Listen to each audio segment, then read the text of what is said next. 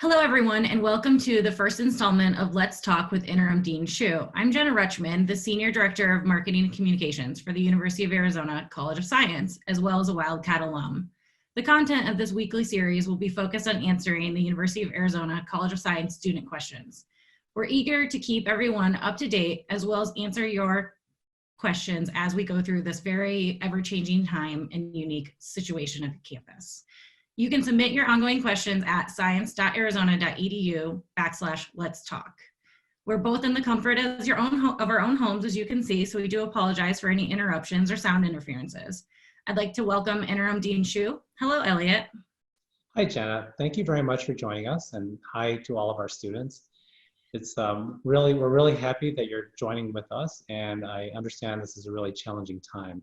I hope that you've been able to continue to do your classes and recognize that it's been a challenge for our faculty to try to change quickly from an in-person to an online experience. I know there are a lot of challenges, and we thank you for being patient with us. Hope you're all safe and healthy, and hopefully we can get to some of your questions soon. So thank you again for joining in, and really appreciate everybody's willingness to be in this together as we go through a pretty challenging time. Absolutely. Thanks, Elliot. Let's jump into some questions. We did receive many questions from students, and today we're going to answer some of those regarding online learning, pass-fail questions, commencement, and a few other topics. And just a friendly reminder to students who are listening, you can submit your questions at science.arizona/let's talk. You can also find these recordings there as well as on our social media platforms. The first questions that we're getting a lot of is about online learning. Students and faculty moved very quickly into this online learning space. If students are struggling with any aspect of their class, who should they go to ask questions or provide feedback?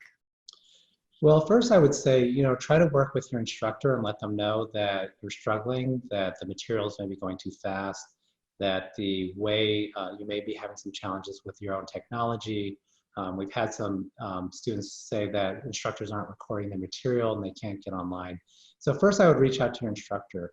I would also contact your advisor and let them know that you're having some trouble because, of course, it may not just be a single class. It may be an activity like, the fact that you're having trouble getting online and that you're struggling with that. Certainly, if that's still not kind of producing the results that you want, contact both the department head and our office. You can email me directly, and we will try to make sure that we really satisfy and get you up and learning correctly. Awesome. I think that's really helpful. In terms of classes continuing online, we have lots of questions regarding what is the plan for summer, as well as forward thinking as what is the plan for being back on campus for fall, or should students prepare to be online? Yeah, so for the summer right now, the plan is for things to continue online. We are still trying to decide what to do about the second half of summer. I believe that there's a decision going to be made in a couple weeks about the rest of the summer. Obviously, it's a very fluid situation, so just keep in touch through either talk to your instructors, your advisors, or watch the U of A's COVID-19 website. With regards to the fall, that's definitely an open question right now. The university would love to get back to an face-to-face environment, and we're trying really hard in a way to make sure that when we bring students back, that it's in a very safe and healthy environment. And the best part for us is to make sure that we minimize the risks, as much as possible.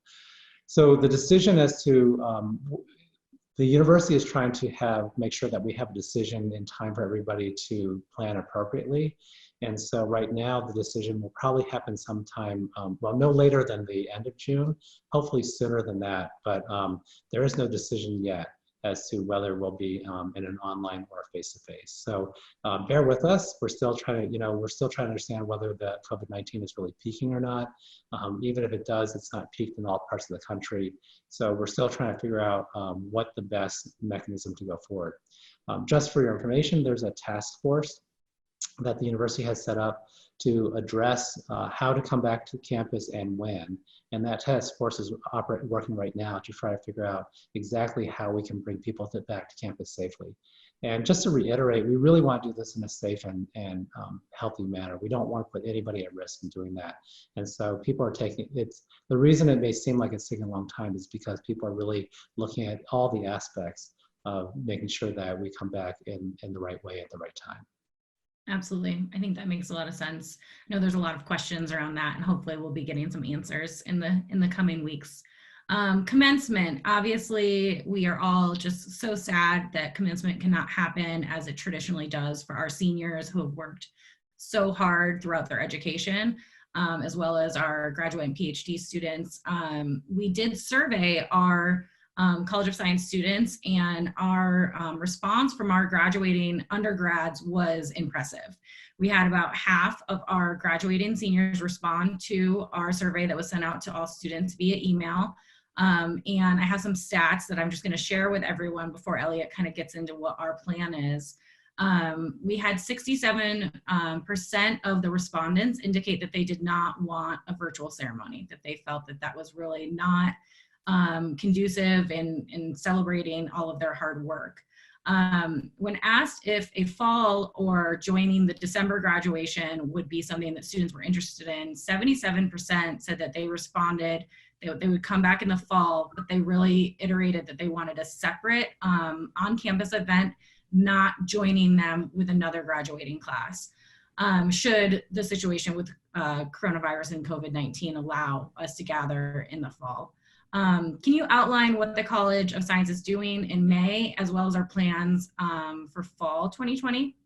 Sure. So as you know, commencement was the university-wide commencement was scheduled to be May 15th. My understanding is that we're going to be putting out a virtual congratulations and messages from the president as well as from the dean. So we're going to send that out. We'll also probably send out a congratulations from the college itself to congratulate all our graduating seniors. But as we said, as many of you students know, we did send out a survey. We got overwhelming responses to that, and people really thought that it would be, they wanted to have their own ceremony to celebrate their own accomplishments. And we are completely supportive of that. We really thought that that was a positive thing that we can do. And so, as many of you probably already know, the university is planning to have a in-person activity, a celebration on homecoming, which is October 30th. So we're planning to have, we still don't have firm plans yet, but we're planning to have a college convocation at that time too, just like we would have had in the spring.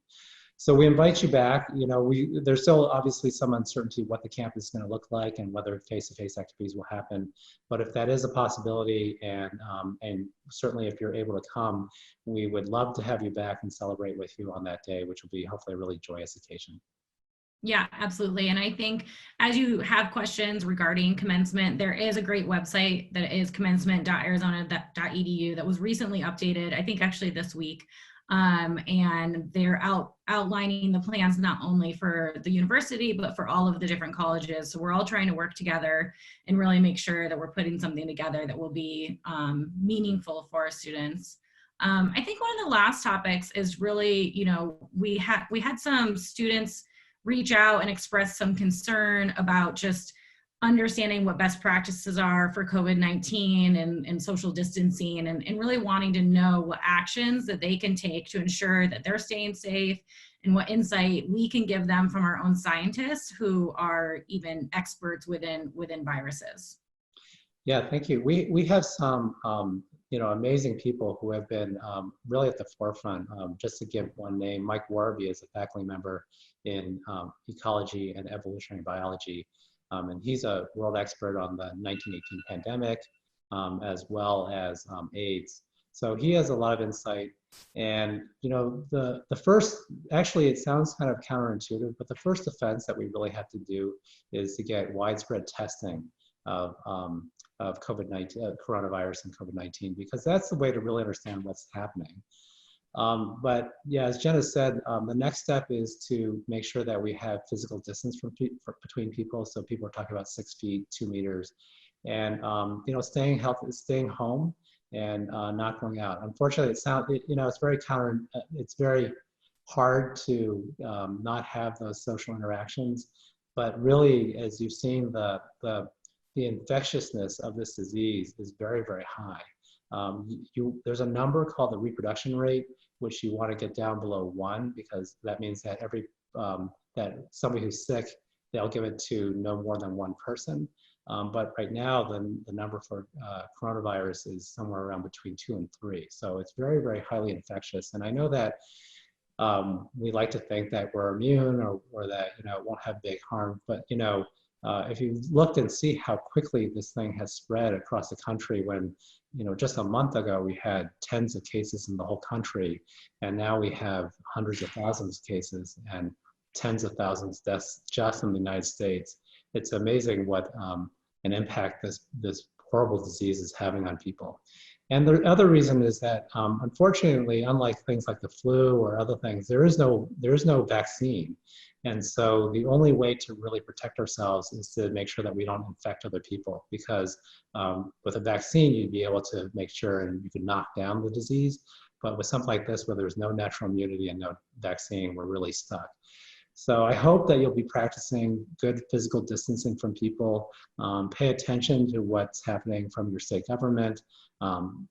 Keep track of what's going on at the university. There are a lot of scientists who are trying to look for vaccines, look for testing, and just modeling what the spread is across both the campus and the country. And you'll see that there are a lot of good people putting a lot of hard time into this. But honestly, it really starts with every single individual making sure that they're doing the right thing for the rest of society. So I hope you'll keep that in mind. And we have a lot of experts on campus who are helping guide our decisions, and also the decisions about how we can have a safe campus when people come back.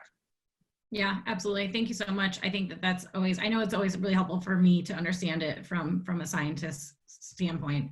One thing that we will also want to iterate is campus health is open. If you are on campus and not feeling well, they urge you to call first.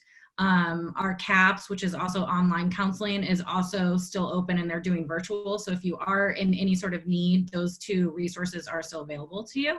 And we are going to be doing this every week. So continue asking your questions at science.arizona.edu/let's talk. There's a student questionnaire right there that you can fill out. We're monitoring it every day.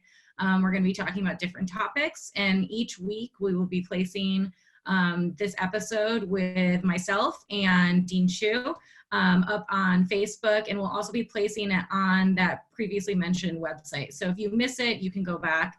And what we're also going to be doing is monitoring questions and trying to do as quick response as possible to your questions regarding the topics that we just talked about, so you feel that it is a conversation. So thank you so much, Elliot. It's always so great to hear your perspective and get an update for our students who we miss so much, and we're all looking forward to getting on campus. And I think until then, the biggest message is to make sure that you are doing the physical distancing and taking care of yourself, and reaching out to those right outlets as you need help. Yeah, thank you very much, Jenna, and thank you all students who've tuned in, and hopefully you'll find this helpful and informative. And like Jenna said, we're going to try to answer as many questions as we can so that you're really in the know about what's going on in the College of Science. So thank you so much. Awesome. Thanks, Elliot. I'll talk to you later. Bye-bye. Bear down, everyone.